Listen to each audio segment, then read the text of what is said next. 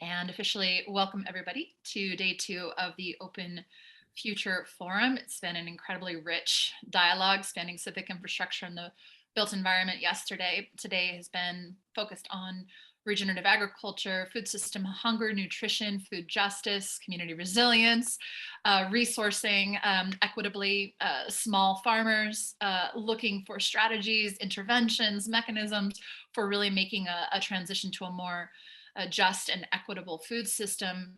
And I'm really thrilled to continue the conversation with this particular focus, a spotlight on the work of the up and coming Farm Bill for 2023 and a particular initiative called Regenerate America, which is co-sponsored by a few of the folks represented here, Erica Campbell from Kiss the Ground and Colton Fagundes, who's part of the American Sustainable Business Network.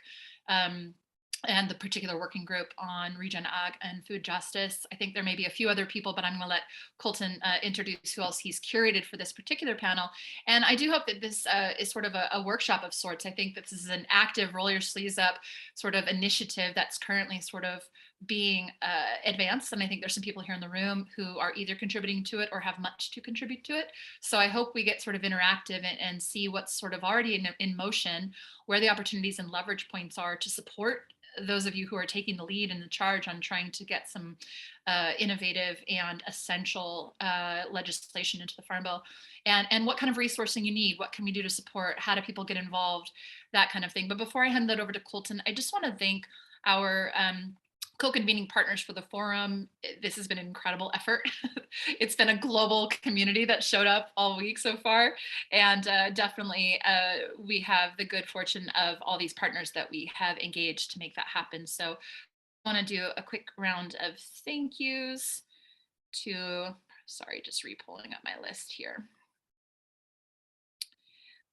To the, oh goodness, I lost my list. And it's a long one, so I can't remember it verbatim. Let me just find it here. There we go.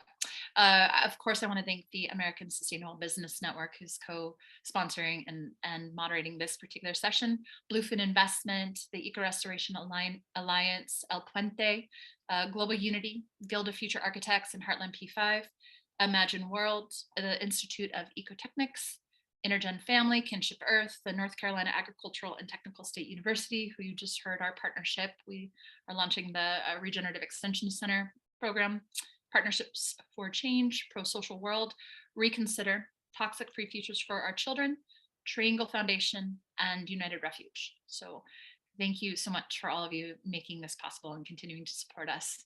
And for those who've shown up and participated in the sessions. And with that, Colton, I'd love to have you take the reins and more formally introduce yourself, please, and additional voices you brought to the table. And I'm here in service to a healthy conversation between us all. Thank you very much. Thank you, Jamaica, and thank you for having us.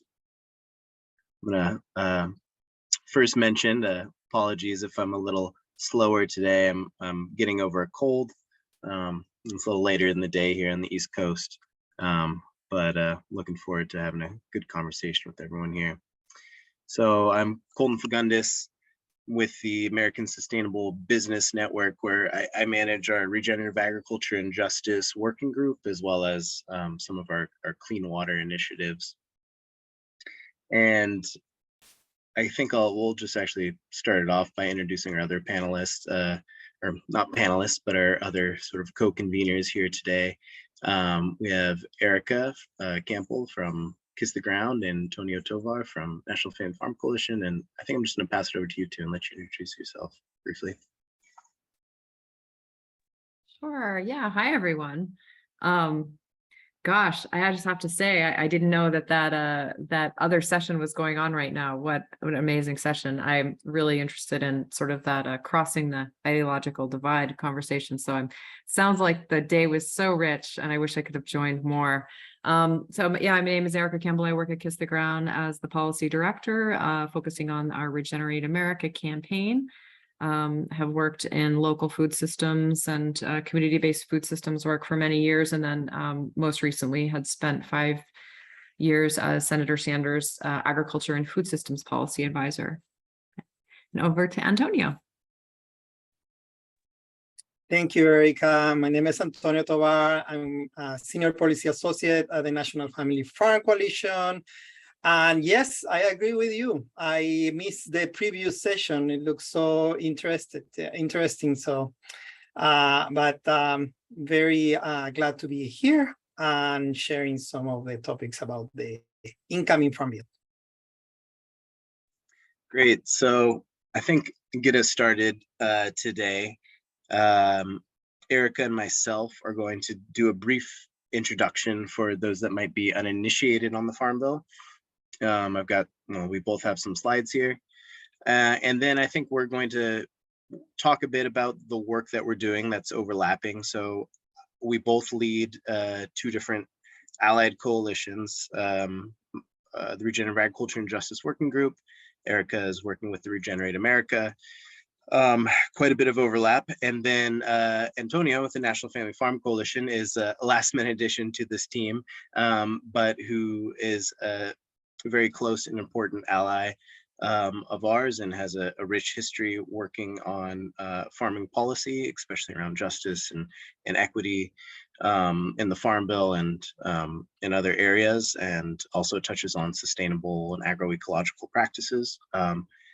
And he's going to jump in and talk about some of the work that they're doing, as well as I think Antonio had discussed, if you're able maybe to touch a little bit on sort of the global international implications of US farm policy, because I think that would be particularly of interest to some of the people here, throughout our participation in Open Future Forum. I've seen there's a lot of international people, a lot of people working in the global south on regenerative agriculture and agroecology. So we will try to make those tie-ins because they definitely there, and they actually often get left out of the discussion, but very important to bring up.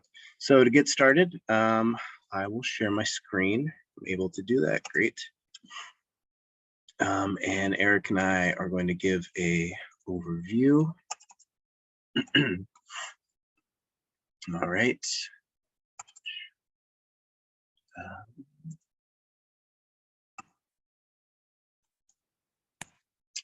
Okay.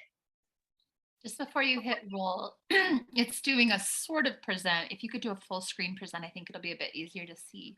Yeah. Is that better? That's perfect. Great. Thank you. Okay, so Erica, just jump in as I'm leaving out things. So Farm Bill is passed about every 5 to 7 years. The first one was, I think, 1935, 1937. It touches really all aspects of our lives here in the US, and as I mentioned, also has implications globally. It sets the vast majority of farming, food, fiber, nutrition, and rural policy on the federal level in the United States.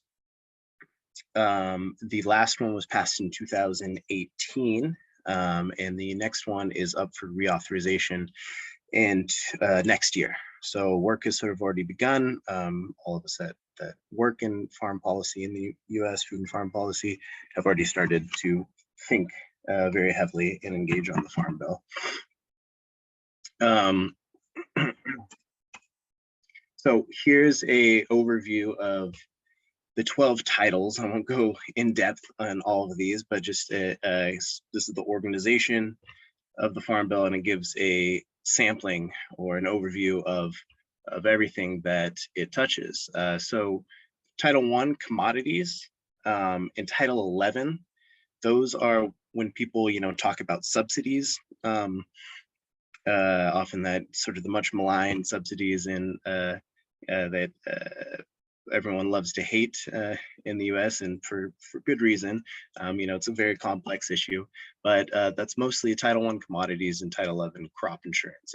Most of those used to be under the commodities title. In the last couple farm bills and last couple farm bills, a lot of that has actually been moved to crop insurance. So commodity, this is providing payments directly to farmers when prices go below a certain level. I'm doing really gross simplifications here. And also the crop insurance includes also some of that price loss, if prices go below a certain level, but also actual like crop insurance, like loss to disaster or prevented planting coverage. These, for the most part, support conventional industrial agriculture.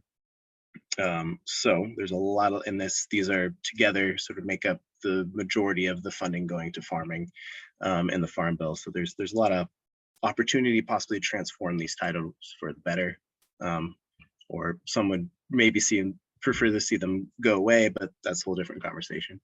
Conservation is actually one of the other bigger titles, the second biggest title within the Farm Bill, going directly towards agriculture, towards farming.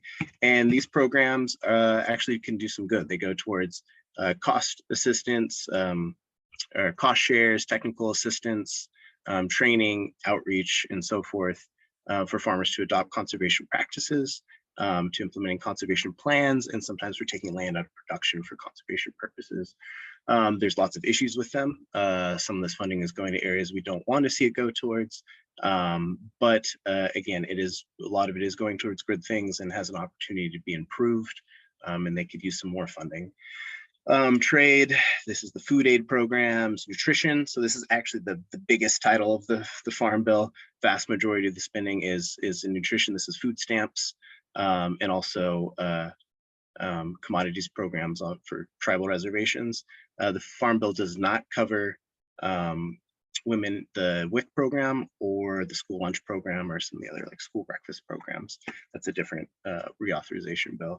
Credit, farm loans, rural development, research, forestry, energy, the rural energy programs, specialty crops, and this is the like sort of, there's a whole bunch of other programs. Go to the next title, or sorry, the next slide here. You can see that again, as I mentioned, nutrition is the vast majority of the Farm Bill. Food stamps, then we have in the green, we have conservation, crop insurance, commodities, and then this little thin sliver right here is everything else. And this is what people sometimes call the tiny but mighty programs.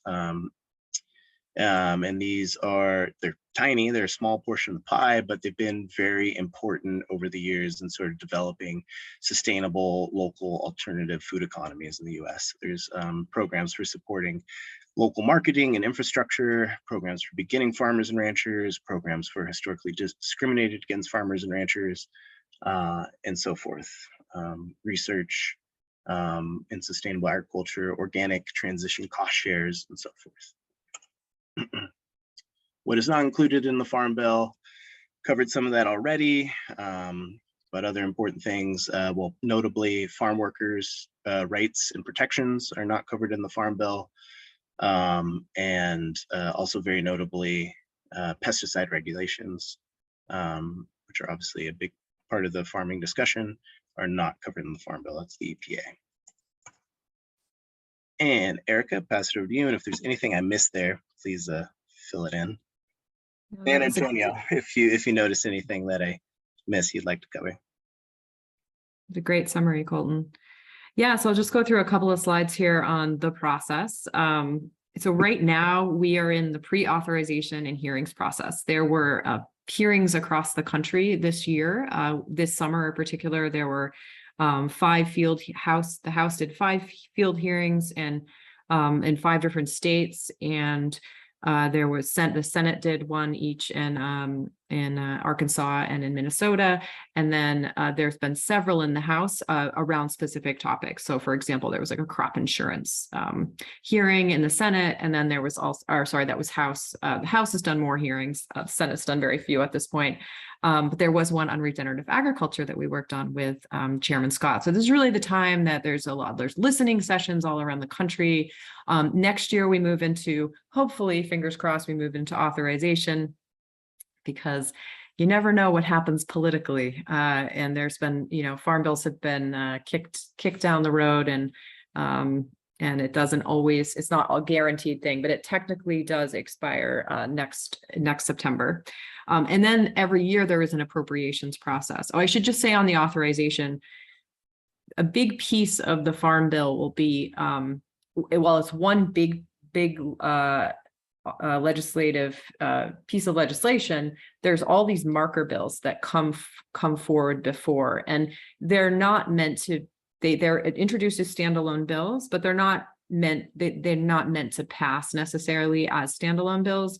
They're ideally rolled into the Farm Bill. So so they have sort of the legislative text. So when the Farm Bill does come all together, you sort of piece together this giant omnibus. And then appropriations, that happens every year. So some of the funding is mandatory with a line item, some is discretionary. So it's the discretion of the actual appropriations committees to make the actual line item for that year in the budget. And then the implementation, of course, by USDA for the most part, and by all the different departments in USDA, and there is an evaluation and oversight aspect. Next slide, Colton.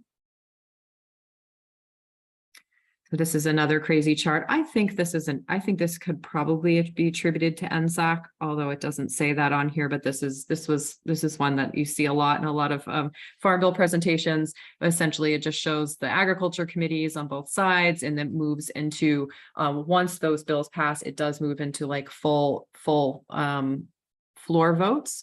Then it goes back to the conference committee, where they sort of hash things out and negotiate before then it goes back to that full final vote. And then, of course, it's signed. And then this is just a few of the key players in the process. Obviously those House and Senate Ag committees are really instrumental, and especially the leadership on those committees are making a lot of the decisions.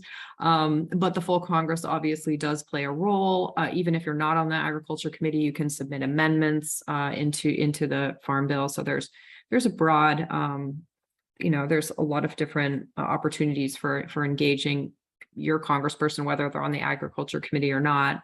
Obviously, the president. Lobbyists and advocacy groups is huge. We're on the advocacy side here. That's a very big piece of it. There's obviously lobbyists, and then the grassroots voice, which are our citizens, and that's really, really super important. That's the voting base for all these members that are passing the bill. And I think that's it. Great. So I think before we jump into it, each of us are going to briefly talk about what we are trying to do in the Farm Bill. And then we're going to open it up for discussion. But before we get there, just want to do a temperature check. Any questions? Please don't hesitate. Anything that wasn't clear or you'd like us to expand on, or anything else?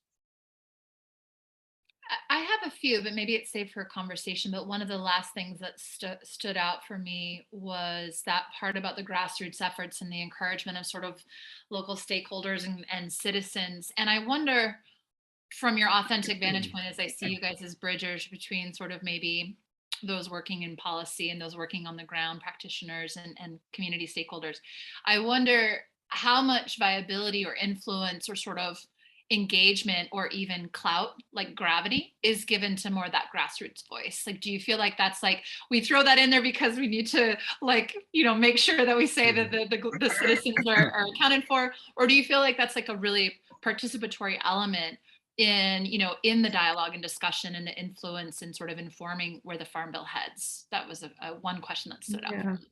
Well, I can just answer as a former congressional staffer.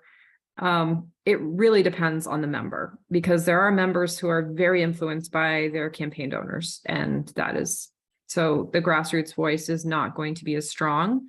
At the same time, especially if they're in the House, because every 2 years you're campaigning, so you have to pay attention to your constituents. And if there is an uprising, but a swell of either support or against some kind of legislation, or lots of calls to an office, lots of, maybe there's articles and op-eds, and so it's in the news, like there can be a groundswell of grassroots that does even influence those members. So I'd say some members are very influenced by grassroots, constituents, calls to their office, letters, and then it's, of course, it's that unified voice that is often heard, right? So that's where the grassroots organizing comes in, and like a group like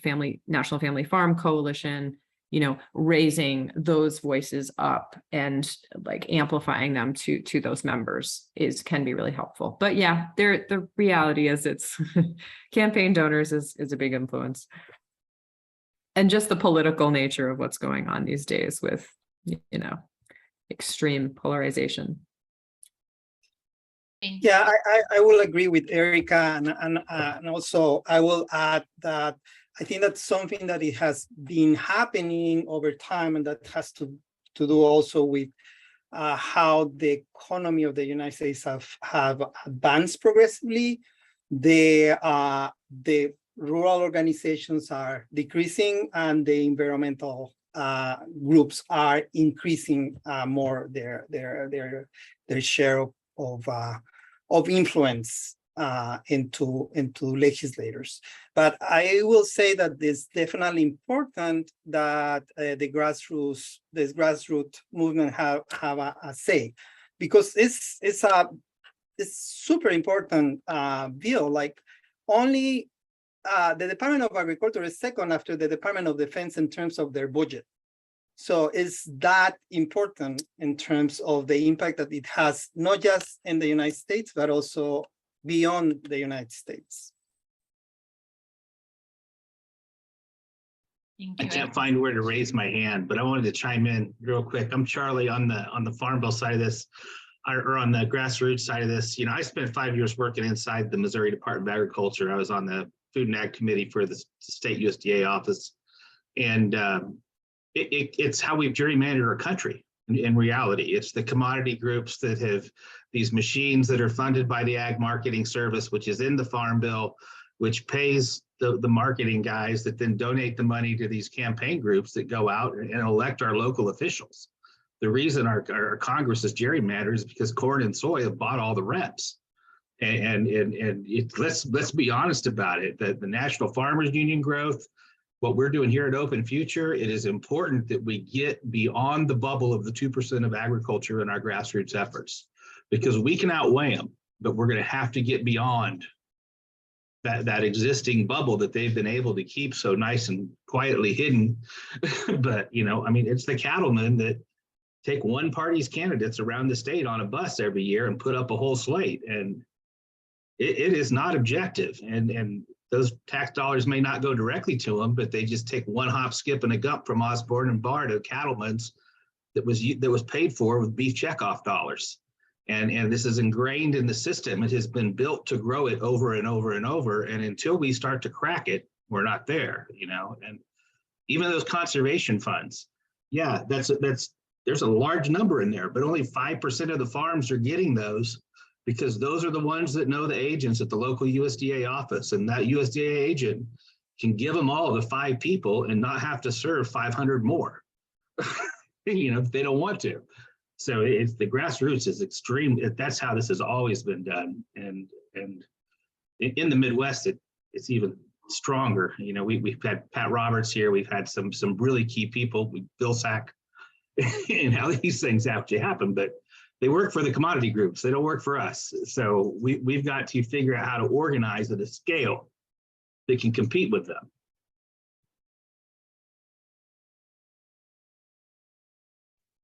Yeah, definitely. Thank you. Thanks, Charlie. Yeah, food movements unite, as Eric Holt Jimenez said in his book years ago. We got to break down all the different family farmer groups, sustainable farmer groups, local food workers.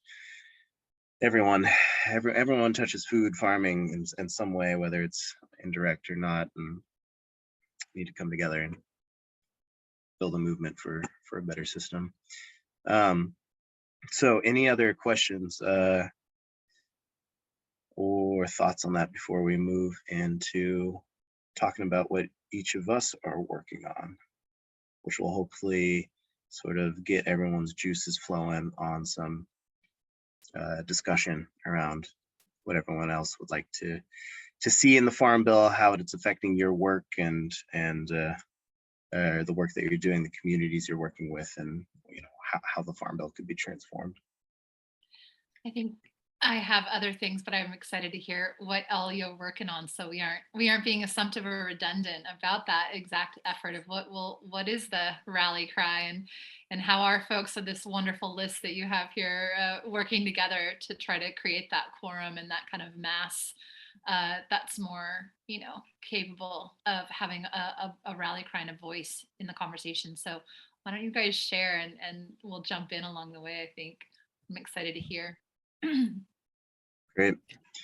All right, so well, I just realized I left my slides up the whole time, but so this is our working group, Regenerative Agriculture and Justice. I'm sure by now you've had some time to look at some of our members.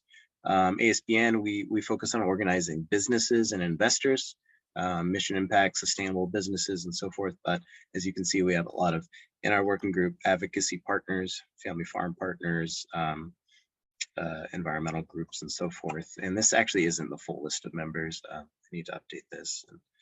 But anyways, that slide we don't need so much. And just brief overview of what we are doing in the effort to not be too redundant. Erica is going to talk about Regenerate America, and there's a lot of overlap in what we're working on. So I'll let her maybe go a little more in depth because their platform is a little more developed at this point as well. But the way we are approaching things is we are asking Congress so this is a letter we developed and sent into Congress with a whole bunch of businesses signing on to it. We're highlighting to Congress the business economic case for regenerative agriculture, like talking to them about supply chain resilience, soil health, and resilience in the face of extreme weather events, talking about the threats that climate change pose to businesses and how regenerative agriculture can fight climate change and fight business disrupting toxic algae outbreaks. We're talking about the demand from consumers and businesses trying to meet that demand for sustainably and ethically sourced products, and the opportunity to support the transition in the US to more regenerative and justly produced foods that companies can source from. So that's the messaging we're focusing on. And so then we're asking Congress in the Farm Bill, so I'm gonna go right to left here, incentivize the transition to regenerative agriculture. So this is offering cost shares, training, outreach, credit, finance, etc., and helping farmers adopt and transition regenerative practices, soil health practices, transition to regenerative agriculture, invest in local markets, regional markets, infrastructure, processing, etc., supply chain development, and then support. And this is the very vital justice aspect of it. So this is supporting the discriminated against and underserved small scale farmers, support for beginning farmers and ranchers, land access, land retention, debt relief. We also talk about farm worker support, even though most farm worker issues are not included in the Farm Bill. We have identified that there is actually programs for farm worker housing, and some of our farm worker members have said that is something that is an opportunity to get some more funding for off-farm farm worker housing. That's very important to them. And also the fight for SNAP, food stamp eligibility for undocumented workers. And we framed support for underserved, discriminated against farmers also in that what all of you know is that a lot of indigenous and discriminated against groups and immigrants from the global south have been those that have been practicing regenerative agriculture for generations. And so supporting these farmers is also supporting regenerative agriculture. So if you'd like to get involved in our group, especially if you're a business or work with businesses, I think it would be our group would be a good one to get involved in. But also if you're just interested in joining our calls and participating in our work, reach out to me. And then also I'll share this in the chat, but this is our sign-on opportunity, the letter that we sent to Congress. All right, don't need that slide. And Erica, pass it to you.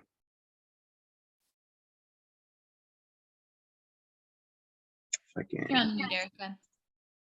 There you go. Awesome, thanks. I am, oh, we're a tiny little group now. I am going to share my screen. And put this into, sorry, I'm just a little bit slow here. Okay, can you all see that? Yes. Terrific. Okay. So Regenerate America is a new coalition just launched just this year. The backbone organization for the coalition is Kiss the Ground. We have been focusing on regenerative agriculture for almost 10 years now. And oops, I just missed the movie. I miss Woody Harrelson there, but you know, Kiss the Ground was also a movie. And very much focused on regenerative agriculture and soil health. Really something that's just that we're really focused on is soil health and the role that regenerative agriculture can play. Right now, our nation is facing we're losing 5.6 tons of topsoil per acre per year. That's 4 pickup trucks full of topsoil on every acre every year. I think there's been an estimated 55 to 60 harvests left before we won't have enough topsoil to grow food. Our land is just very heavily degraded. It really impacts farmer livelihoods because they have to use a lot more inputs. They don't have the resilience to weather a lot of the challenges of climate change. There's obvious water crises, health crises. Our food is less nutritious than it used to be, and food security crises, because into the future, if we don't have soil, we won't really have a whole lot of option for food. And so regenerative agriculture is what we're really focused on. There are 6 principles. We really see regenerative agriculture as a continuum. We sort of have a gold standard of regenerative organic, but it's really a whole continuum pathway, and we're trying to get farmers on that pathway. So that's, not disturbing the soil as much through tilling and putting cover crops to armor the soil and making sure there's lots of living roots there all the time, increasing the biodiversity on the landscape. So we're not just looking at monocrops, integrating animals where you can, and then context, which is a very big piece of this. It works differently everywhere, but it can work. Regenerative agriculture can work at every scale, but it's different at every place that you grow food as well. So the Farm Bill is really this historic opportunity that we've taken on because we know that so much of our agriculture system is impacted by the Farm Bill. What is grown, how it's distributed, who has access to it. It's just an enormous opportunity. So we're not just focused on regenerating soils. We're really focused also on this idea of regenerated economics, regenerated communities, and regenerated health.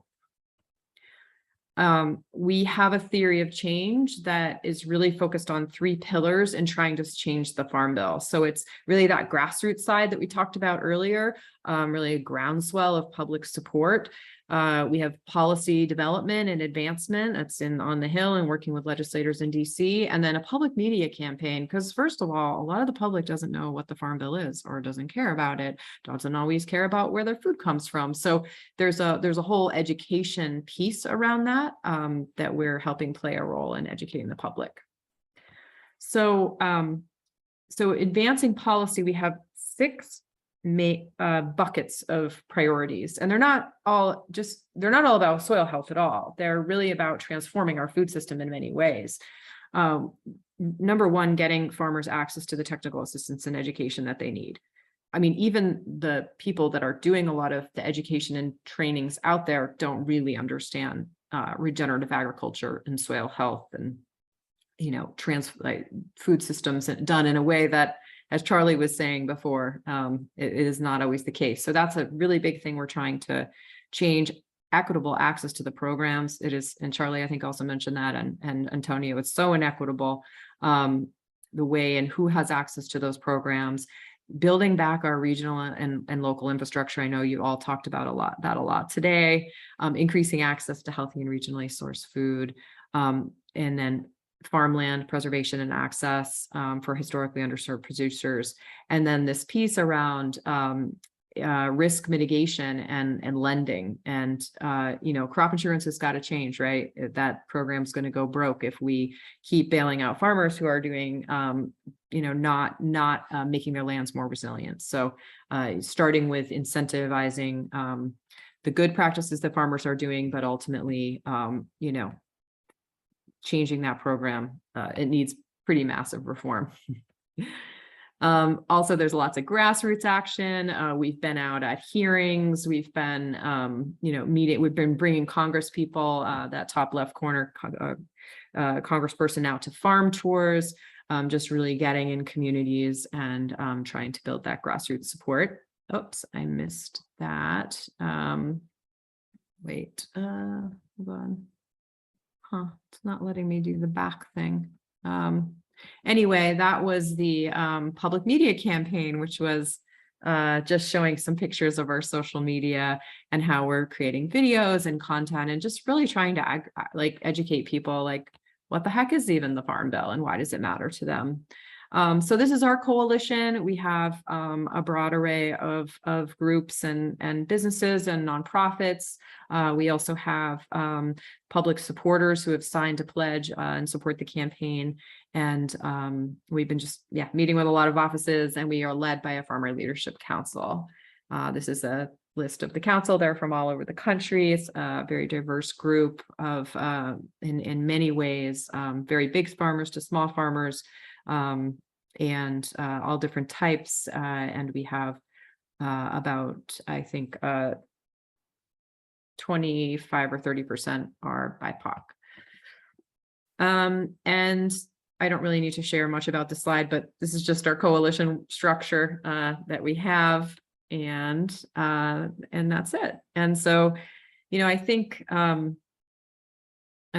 pass it over to National Family Farm Coalition, but I think something I just heard earlier in this conversation was we have to all work together. Like, we are not going to make a difference if we keep letting that status quo power players make the decisions. And so, we're convening this campaign. We work with NSAC, who does national statistics. They're not part of our coalition, but we're working together.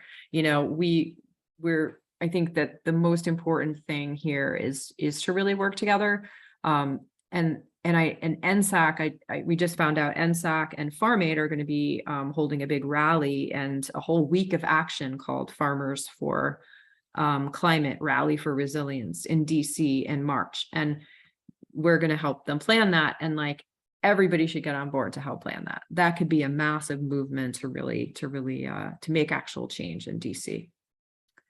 All right, over to Antonio. Oh, you're on mute, Antonio. I was trying to. Thank you, Erica. I completely agree with Erica. This has to be a very group effort, and also it has to be very comprehensive to really make a dent in what it has been many years of farm bills that have been detrimental for small farmers and ranchers. Because what has happened through this time is a process of consolidation that has negated the possibility of small farmers and ranchers to survive. So we are losing a significant amount of farmers and ranchers all around the United States. And that make our food system actually quite weak. We saw it on COVID and the pandemic, how the food disappeared from the supermarkets, and that's because our food system is not sustainable. So diversification of our food system is something that only through a farm bill that is completely different to what we have right now can make it possible. I don't know if I can share my screen as well. I think I can, and I hope it shows.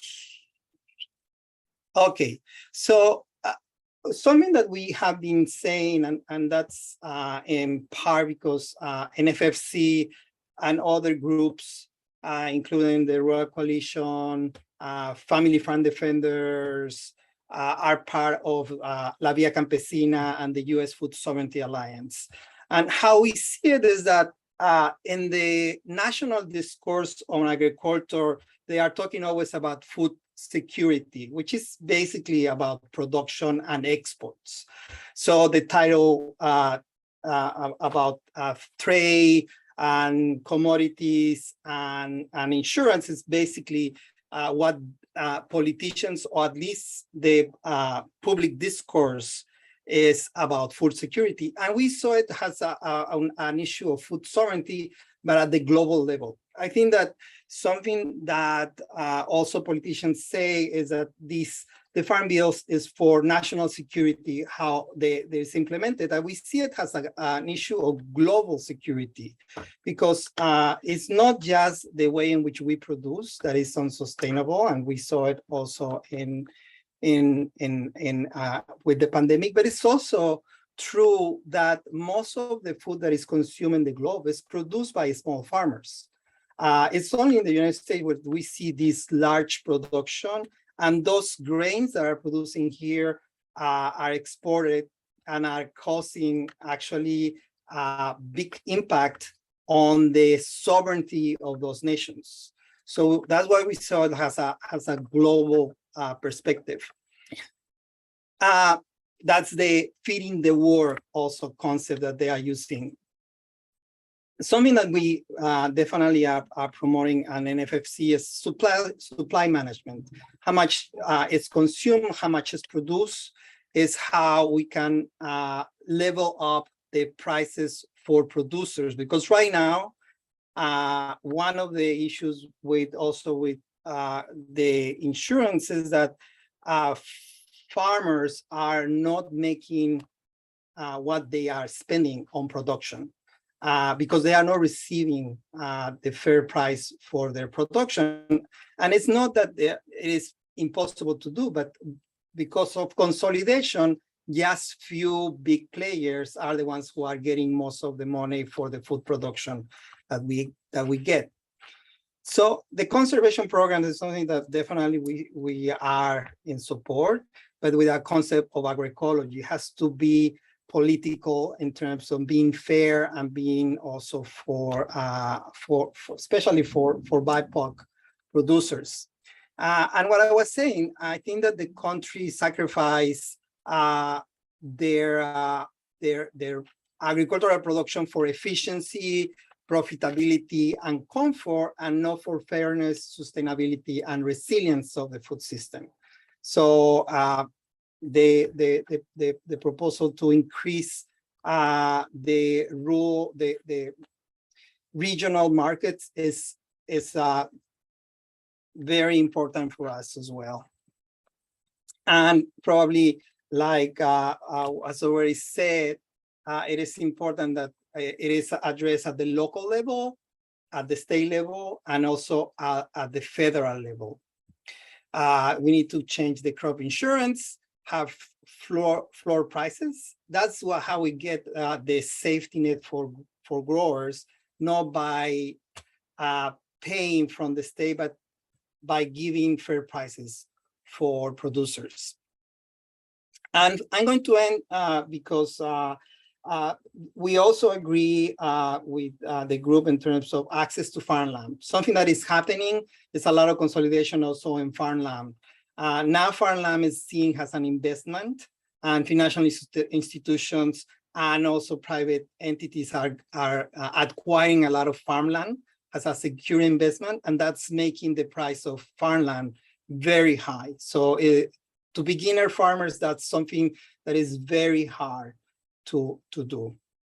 And dairy is one of those commodities that it's getting into a consolidation place, in which is going to be very hard for small dairy farmers to survive. There's a lot of small dairy farmers that are closing the doors. So that's something that In particular, NFFC has been working for many years, and we are going to keep doing it. I will stop sharing and open it for the discussion. I don't know if that's what is.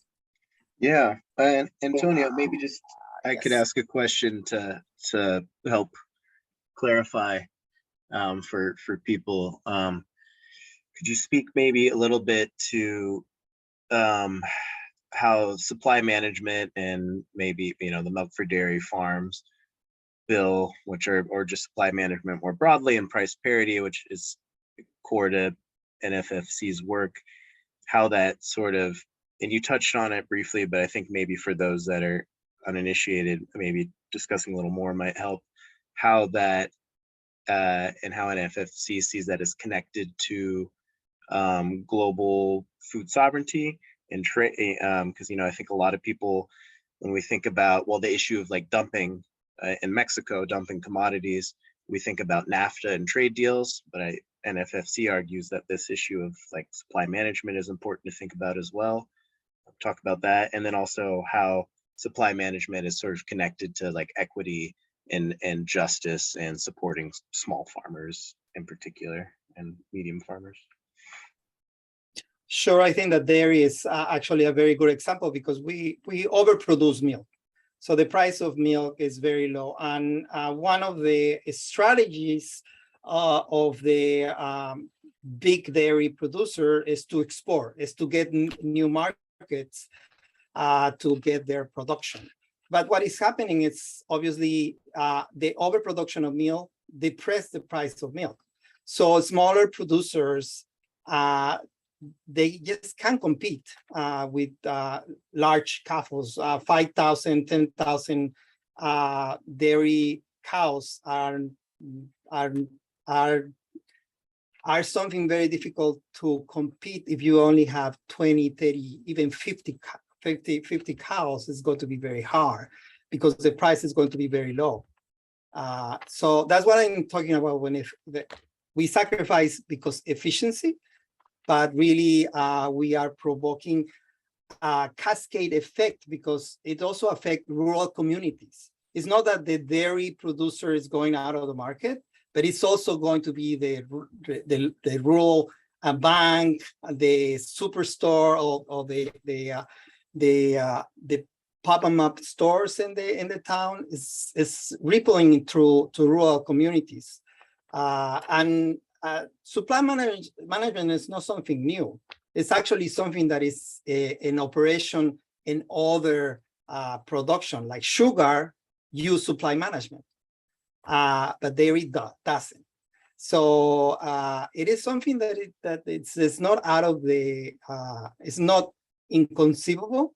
In fact, in the last farm bill, we were very close to get to there. There is actually Senator Sanders' proposal at the time of having a supply management on dairy.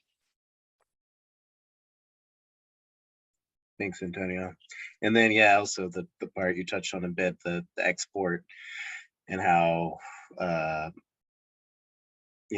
exporting products below the cost of production pushes regenerative agroecological farmers, small farmers across, in Mexico, Central America especially, but other parts of the world, pushes them off the land. And I know that's something you and NFFC have worked in solidarity with a lot of farmers and groups in those countries. It's very interesting because right now the United States is importing half of their fruit and vegetables. All our exports on agriculture are grains and meat and dairy, and meat obviously that is fed with grain. So it is very unsustainable because what we are doing is provoking a depreciation of the markets in other countries on grains, but we are actually increasing the cost of fruits and vegetables in the other countries where we export those fruits and vegetables. Can I ask a question of the panel, or just, in general, open it up to those here too? Because I know that there's other people who have maybe some thoughts about this, but this is like this burning thing in me. And I guess I want to ask, all day today, and some of you that are sharing now, I know with busy schedules, we didn't get to have you in some of the other sessions, but having these rich conversations about incredible demonstration projects globally, sort of doing the transition work of regenerative agriculture and, community resilience and these incredible stories, a food justice conversation, really looking at the systemic inequities and the constant sort of, not just here in the States, but globally as well, the constant inequities to access to land and access to food and basic nutrition, and the sort of systemic oppression that activates and continues to perpetuate that, not even trying to alleviate it. It's like not even efforting to try to alleviate it, because it's an entrenched system that benefits a few people to have the, inequity of land ownership and access, et cetera, et cetera. And then, we're getting into sort of these bits about certainly the work that we just launched with Charlie here for the National Center of Regeneration with Northern Ag and Tech or North Carolina. And looking at like, okay, what are these, like, we had a farming fund to table conversation talking with farmers about some of their issues and challenges, and like, intergenerational land transference and these elder generations, that are trying to see the sovereignty of the work that they've done continue without their children, because it's not an economically viable path to be a farmer for a lot of young farmers. But then equally, you have these young farmers who are aware, who are enthusiastic, who want land and don't have access, and they don't know how to step into that, whether those young farmers are of, BIPOC or other minority groups, or whether they're just young farmers without economic access to come in and figure out how to steward land. I mean, it's like all these complex issues, launching the National Regeneration Center, there's some direct hits in the Farm Bill that I see in terms of the key pillars of the Farm Bill, where there's these opportunity zones, right? To like see how we can build some of that grassroots capacity to bring some of the external dollars and capital into these local communities so that they are achieving more of their capacity for federal land match grants, and particularly HBCUs, particularly colleges that continue to be their national regenerative centers continue to be underfunded, right? And then you've got here in the room represented like the eco restoration movement, of which I've been a part of. That's like when we're looking at the conservation wedge and looking at this opportunity to actually work not only on regen ag, but on ecological restoration and land management and stewardship that helps sort of start to create more soil fertility. And like tomorrow we have a conversation on water, soil, vegetation, and its role in cooling the planet and preserving and, reversing desertification and preserving watersheds, and continuing to sort of create that compounding sort of cascading ripple of benefits the other direction from what you guys just described to me, which is just this like cascading crisis after crisis that I want to give good credit, are working at these like policy governmental levels with so many entrenched actors who have no interest in changing a system. And this is going to be my question to you, with a stacked, house of cards, so to speak, of a global supply chain that's about to crumble. We've already seen the fragility of it. Local food access is not only an ongoing issue, it's about to amplify over the next 10 years. The reality of commodities markets and global supply chain crumbling around us is, I think, something that is unprecedented, because this is the most sort of top heavy you've ever seen a system get. And so what has traditionally, even my parents' generation, still been a lot of local food production and skills capacity of like a sort of local food shed level, with the last 50 years, I think we're about to see a massive crumbling that nobody seems to be prepared for. And watching how the governments are approaching a like steady as she goes, everybody's making their money, big commodity markets, like let's just kind of do the thing. And I just, I guess I'm sort of going on a rampage, but I'm listening to this, wondering with you guys who clearly are on the side of the small and local farmer, clearly on the side of ecological regeneration and a transition to regenerative practice, clearly advocates for community resilience and food justice. I wonder where you see those real trim tabs for change that you think are going to be influential enough with this crumbling crises that is sort of like a ticking time bomb, meaning I don't know that we have as much time as it's going to take for these like large system shift work. Like it takes years and years to unravel what took years and years to get here. Do you see any of those, trim tabs, or those like, okay, here's this access point that does have viability, or like, here's where we can sort of galvanize at this really pinnacle moment. This farm bill, and I'm not really into politics, but I'll just say this farm bill feels like it matters way more than it's getting attention, not just at the local, US based level, but the reality of how the US markets define and determine all of these other markets, as you just got done saying, Antonio. So like, I'm just so curious from you all where those levers of change really are that you see. And then to your point, Erica, about the media, how can others help really amplify what clearly you guys are all doing so well? And then I still feel like so many people don't know, aren't paying attention, don't understand the impacts this is going to have on them that is already coming down on small families, small businesses, small farmers. And I'm like, where's that rally cry that's like, this is a mobilization moment that's going to impact not only the immediacy of economic and food securities, but I think next few generations are going to be defined by what happens, honestly, in the next few years, politically and on the ground. So I'm just so fascinated by, just like your calls to action, or anyone else here in the space, like where you see these trim tabs, how do we mobilize and get behind efforts like yours to sort of amplify? You're kind of a spearhead, I see. So how do we get behind you? What are the trim tabs? And I just want to have an authentic conversation about the clusterfuck of the whole situation. Just be radically honest about, man, it's a mess. And thank you for doing the good work at that policy, and community advocacy level. So that's my rant, but I'm just so curious what people think about what I've just shared. Yeah, well, just to get us briefly started, but I'll let Antonio and Erica do most of the talking. And I think Erica and Regenerate America, they're doing very good work in trying to get the Farm Bill in front of more people and explain the relevance of it to people in their everyday lives. And because I think you're right, Jamaica, it is a clusterfuck. And I think a lot of people don't feel that they can influence policy, can't influence federal policy, especially because it's seen as so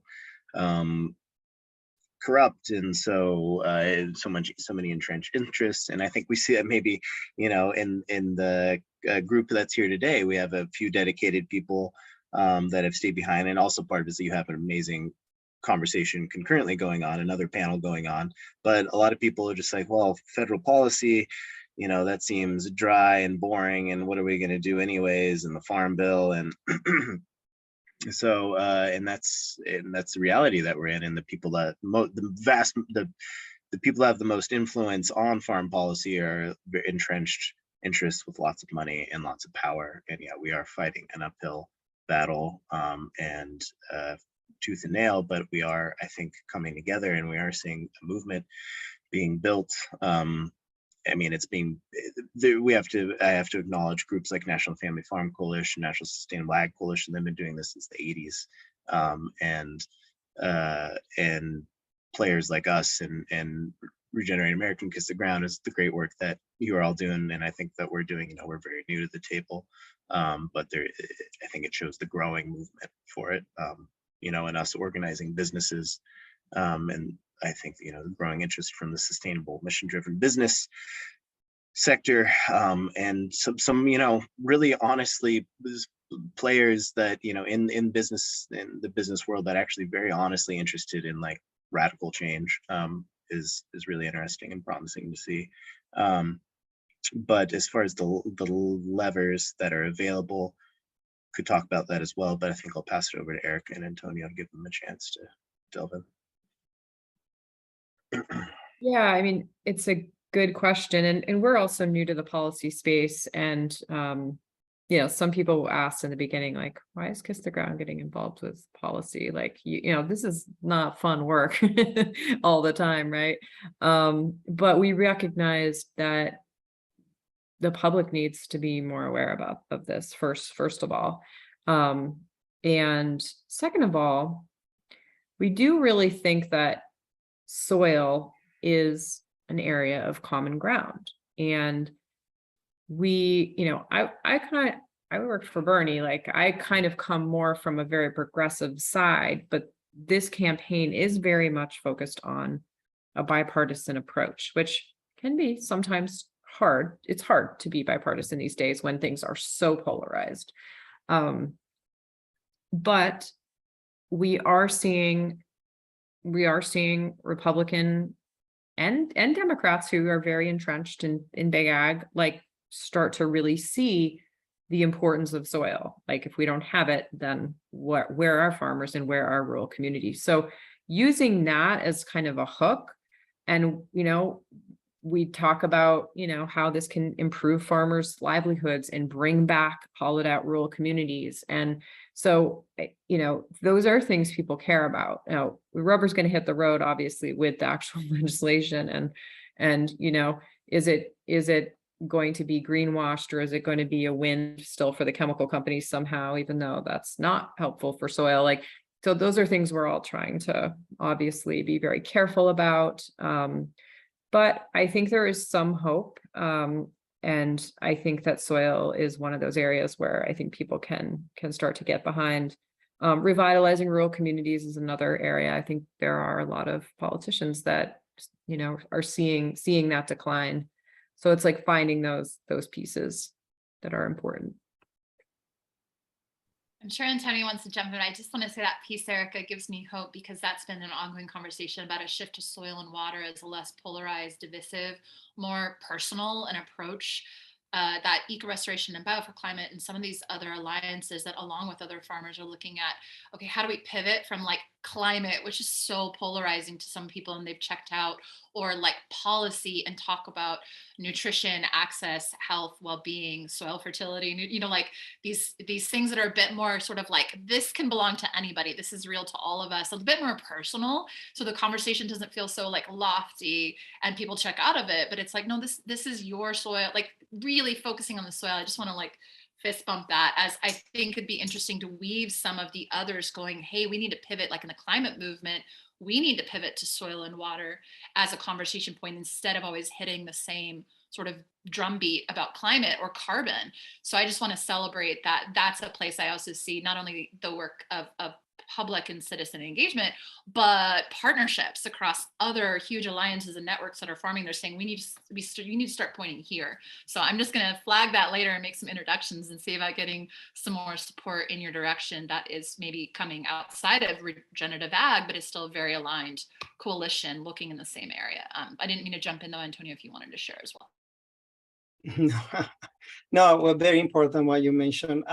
I think that there is multiple opportunities. Although we want a radical change, we have to be realistic, and it's possible that there is going to be some trade-off, some necessities for compromises, which, by the way, is something that is not completely out of the window in the agriculture and on the ag committees. I think the ag committees, if you have seen those meetings, are not as divisive as others where they scream at each other. They are more civil, let's put it that way.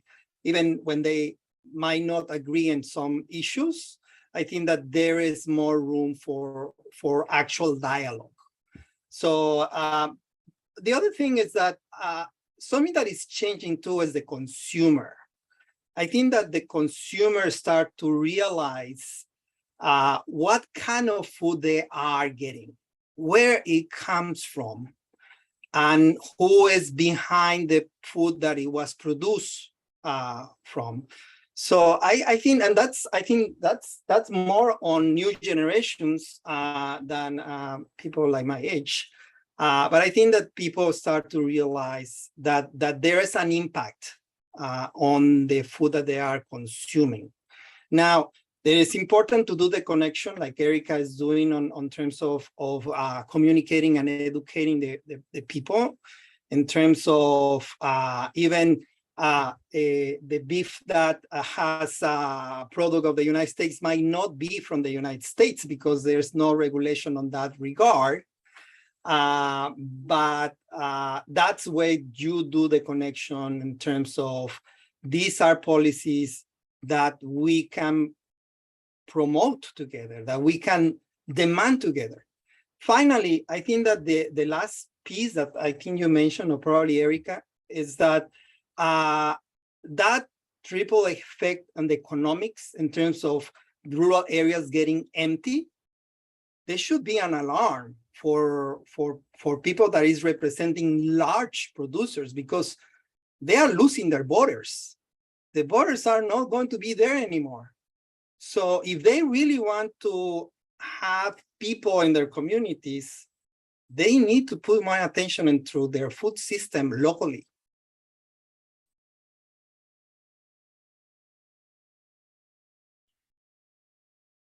Charlie, good question. Yeah. What you say about losing the voters, though, that is part of their strategy. They like that. There's no one there to vote against them, you know, and that's how they maintain the urban-rural divide. As long as they can sit out there and blame all the urban people for not understanding where their food comes from, then they can continue to buy the state legislatures, and they can continue to own the Congress, and they can continue to do what they do. You know, I mean, the Farm Bill is probably the most corrupt piece of legislation out there. You've got the food production system, you've got the safety system that determines whether or not it's safe, and you've got the promotion system all in one business. You have no arm's length to any of this, and it funds the university system that develops the new technologies or determines whether or not they get developed. You know, and the university system isn't even in the Farm Bill in reality. It's the Hatch Act. So it was created as a separate and unequal system designed to have black and white inequalities throughout it. And it was designed to take the land, not steward the land. So, I mean, the thing's got to blow up at some point. You know, I just, being in the discussions, I don't know how many backroom discussions I was in about the day that the Farm Bill loses the food stamp, because the minute it loses the food stamps and that gets moved to health, ag loses all its power. Because it takes all the money out of the Farm Bill, and it's not worth the private interest to be in it anymore. And, you know, I think, to me, this is just me rambling as Charlie Hopper, but, you know, when Booker has been one of the most enjoyable things for me, the fear that he brings to people, because he is who he is and does what he does. And it's a rigged system, and there's industries about it. But the thing is, this exists in all 15 government agencies. This just isn't the Farm Bill. This is how our federal government works. And the notion of removing those public people and those public dollars from those localities, that is how you maintain control. You know, the same thing is happening in the cities. You know, you have the suburbs making their money off the poor neighborhoods. Just as I said in the earlier call, someone was saying, well, extension doesn't help me anymore. The county that I had in 1990 that I lived in growing up had 12 extension agents that served that county. It now has one agent serving 12 counties because the tax base is gone that funded them there. The same thing happens in urban areas. The urban areas have the exact same problem going on. And all the resources are in 10 zip codes around the country now. You know, but it was intentional. It was intentional, and it's been well documented. And, you know, at some point we get sick enough to evolve, or people just start doing it differently. You know, I believe, and you see the flow of people back, and I do think it could flip. It's really, really interesting to see here. But you know, they're going to keep it about the social issues so they don't have to talk about this stuff. You know? And I just, one last comment back when you were talking about the amount of produce that's grown here. I have a great presentation that takes my plate, Michelle Obama's My Plate, and it shows what percentage of what we consume of what we eat of each of those items. And it's like, you know, 5,000 times the amount of protein we actually eat in this country. But then the return, you know, and on poultry, a farmer gets less than 0.03 cents on the dollar, on the food dollar for what it does. And on produce, it's 25 cents. It's the highest, you know, and as you start going down it, we have the most asinine economics, you know, business strategy the industry has built here that you could ever see. But it's legislated in the Farm Bill. The AMS, the Ag Marketing System, is designed to promote the product, not the farmer, not the soil, not anything else. And that it has a financial system built in there to continue to promote that commercial product over the health of the people in the land. And until we blow up AMS or do something else, this is where we are. But that's just my having lived in it for 30 years, grown up in it for 50, it's not hard to see, and everybody knows it. It's not a secret in those small towns what's going on, but who else is doing anything for them? No one's funding their schools. Their hospitals closed. The only people doing anything for them is the commodity groups when they show up and have a steak fry, but no one, they fund the FFA, but they don't fund 4-H because FFA doesn't have oversight. And those kids they go lobby with. It's quite the machine they've built. And we've got to figure out how to build our own. I would love to infiltrate FFA somehow. It's called Fund 4-H, make them obsolete. Yeah, that's a good point. Yeah. I mean, FFA was created by the Kempers, the same people that defunded our schools. For the very same reason, they didn't want oversight over their dollars. I have some cousins in FFA. Maybe we can use that as a inroad for infiltration. The kids don't know. I mean, I think I did a lot of work with that organization, and the public servants that are some of the best people I know, but it's what they know. Until someone gives them an option, we can't just sit here and complain about it. You've got to put real options on the table and make the bad systems obsolete. Yeah, I think you speak to, Charlie, just we all are working, and I think we've conceded, that, well, this farm bill is not going to be the revolution that we all want to see, but we're going to make progress. Some are more, Erica, I know, Kiss the Ground, Regenerate America, and your effort to be bipartisan and seeing push soil health as a bipartisan issue, and you are seeing growing support for it, and well, at least lip service from both sides of the aisle, and that's fantastic and encouraging to see. But as you mentioned, it's well, what we end up seeing will just be greenwashed, or will we actually see real progress? And there is all these tiny but mighty programs we've talked about, and those are all great and fantastic for building out the alternative food systems, but for making large scale change across the whole country, I think you're right,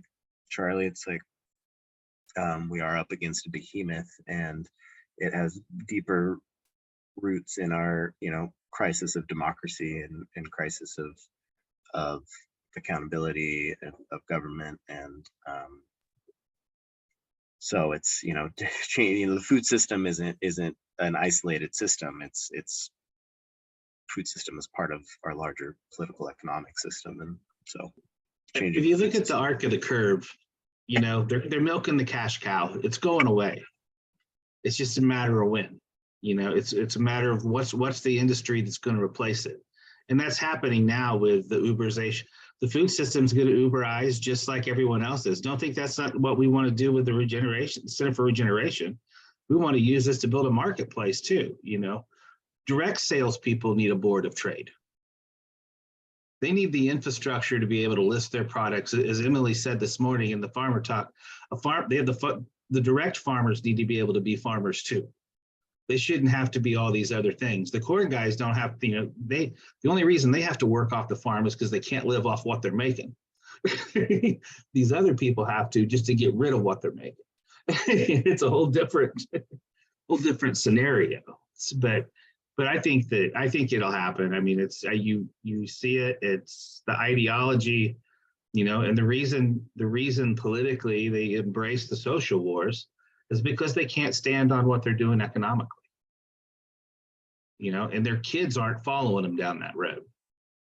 Not the ones that are leaving the farm. So there's far more people being born and growing into a new generation that will take us another way. And that's what nature does. It regenerates. So I have no doubt that nature will win this one. It's just how long will they hold on and how many people will they make sick in the process?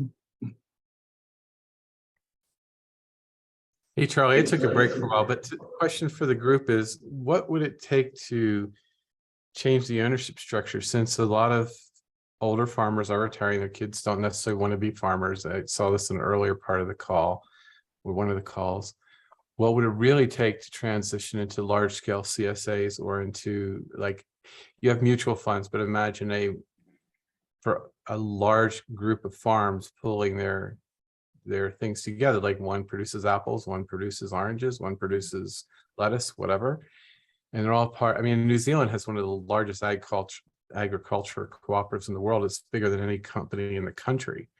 And it's the dairy industry. And they can't, the small farmers can't afford the equipment that, it's rural. A lot of the rural areas were only able to be electrified by the use of co-ops. They were left out in the cold by everybody else.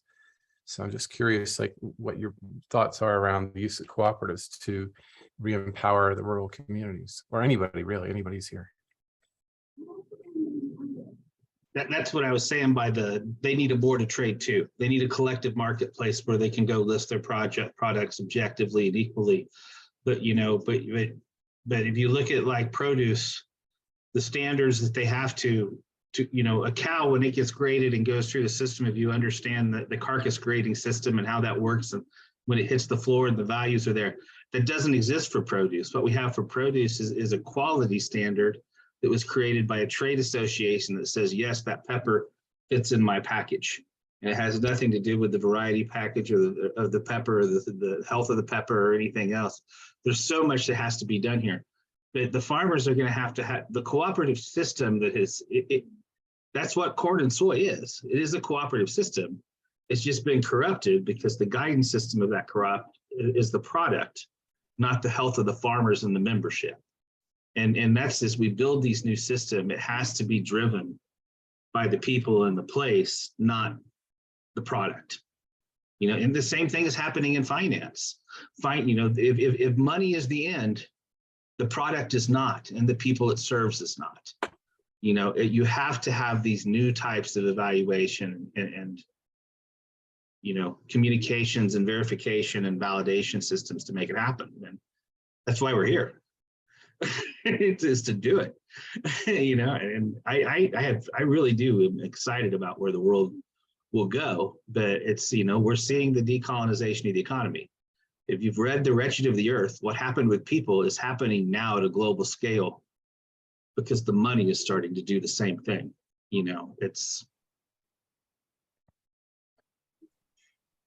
Well, just back to that cooperative part, Antonio, maybe touch on that, maybe with, Federation of Southern Cooperatives, and if we had invited Dania, she couldn't make it, but they're working very much on what policies can support their members, which are mostly Black farmer cooperatives in the South. But maybe, Antonio, are you familiar with their platform much? Or Yeah. Basically, well, one of the first step, like especially for access to farmland, is find ways in which the investment of financial institutions are not investing of their own control or make it accountable for terms of investment, because that's raising the price of land. But the other one is the diversification that we were talking about.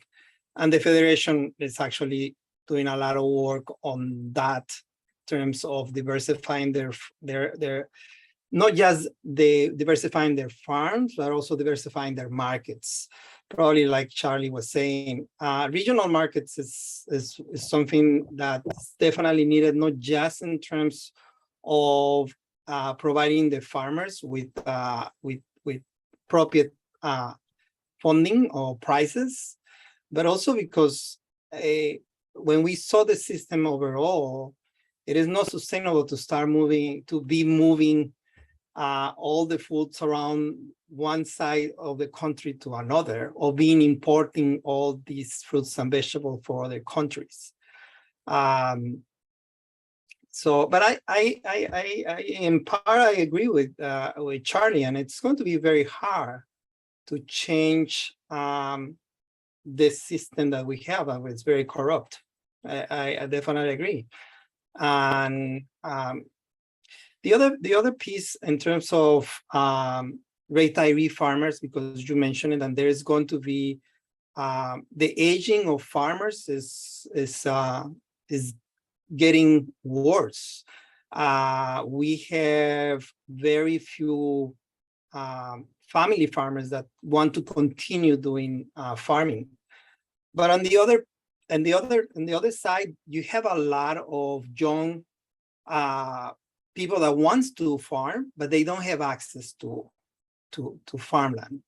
So something that the Young Farmer Association, which we also work with them, is to find mechanism in which there is a transition of older farms to younger farms, and have them be the mentors, because obviously nobody knows their farmland better than the farmers that are there.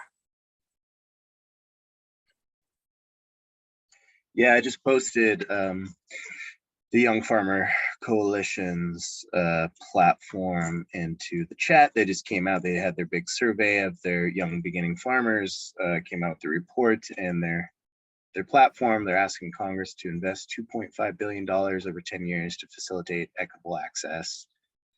And yeah, as you mentioned, I think a lot of this is there's like grants to nonprofits and community-based groups and so forth to work with farmers to retiring farmers to transition or get their land to beginning farmers, offering like, you know, incentives, assistance. I mean, you know, there are like tax breaks, I think, in some states, and I know there's like an effort to try to see if we can get that something on a federal level, working with like land trusts and so forth, and then and the land retention part of it is important as well. It's sort of another side of the land access, which is some of the Federation of Southern Cooperatives works on, is stemming the rate of land loss, especially for Black farmers that are facing issues with heirs property, like legal issues in retaining their land. And I'll get, and David, I'll just, you know, that the topic of farmer cooperatives and like marketing boards and so forth. I think the Federation is, I don't think it's public yet, Antonio, their platform, but I know they're developing their, and it's, you know, their platform, the Farm Bill, is not just about support for cooperatives. That's part of it. There is existing support for cooperatives, but, you know, improving, expanding that support. But there's also, you know, they also, a lot of their platforms is also around land retention and changes to loan programs to make them more accessible for small farmers and Black farmers and so forth. So when that's public, I'm sure we can share that. Might be of interest. I'll offer, Colton, I know as we're wrapping up today's session, you know, there's so much weaving to do. And certainly one of the intents of the Open Future Coalition, this whole forum, the Open Impact platform, is as I'm listening to you guys, and again, I've been in most of these sessions, there's so much weaving. And even though we hosted you on a 3-day forum, even just realizing the conversations, Charlie, like that we were on earlier, you guys have the answer to the questions being asked by others in this community, right? And they are the questions that you're asking, and the support that you're looking for, and the resourcing. So I think that out of this forum, it shows that, you know, we're doing our best, but have even more to do as those who sit as sort of a mycorrhizal function within these shared impact ecosystems that can listen for sort of the signal and the noise, kind of listen for where the resources are needed and help route those resources, whether it's capital, you know, whether it's financial, basically social, you know, all sorts of infrastructural resources that can be routed to these efforts. So on that end, I'll say that the upcoming session that people are starting to jump in for is a session on food systems, wellness, and nutrition. And it has such a direct link. You know, the policy changes are happening. It's like what's happening on the ground at the foundation of soil health and human health. That's a lot about what next session's conversation is going to be about. But then, you know, we have tomorrow morning, there's conversations about you know, the funding mechanisms for direct financing to eco restoration and conservation type efforts. Tomorrow afternoon, there's a session on, or tomorrow morning, there's a water, soil, and vegetation and the role in cooling the planet, like we discussed, and how influential and impactful this is to a lot of the conversation that you've just shared. But then later in the day too, there's a session, and I'm thinking about you in this one particularly, Erica, on cooperative strategies for leveraging media and storytelling to drive action. And we have a lot of filmmakers and campaigners and activists looking at how do we become more cooperative in our strategies to get behind like where these initiatives and where these campaigns need more mobilization across the traditional sort of folks that get on board, and really see a rally cry of seeing these intersectional issues and these intersectional alliances that maybe don't see how exactly perfect they are for each other. Do you know what I mean? It's sort of like we think like, okay, you guys are over there doing this, we're over here doing this, but as a weaver, what I'm seeing is it's all connected and it's all necessary to really see what we can mobilize out of the traditional cooperations and partnerships to create that sort of threshold and groundswell of true participation and awareness, and seeing how, you know, we're all working at different parts of the system, but we're all aiming in the same area, and that is towards a major paradigm shift in a more regenerative construct, all the ways that we mean that transition. So with that, I just want to genuinely thank the ongoing efforts of our partners with the American Sustainable Business Network. I want to thank you, Erica.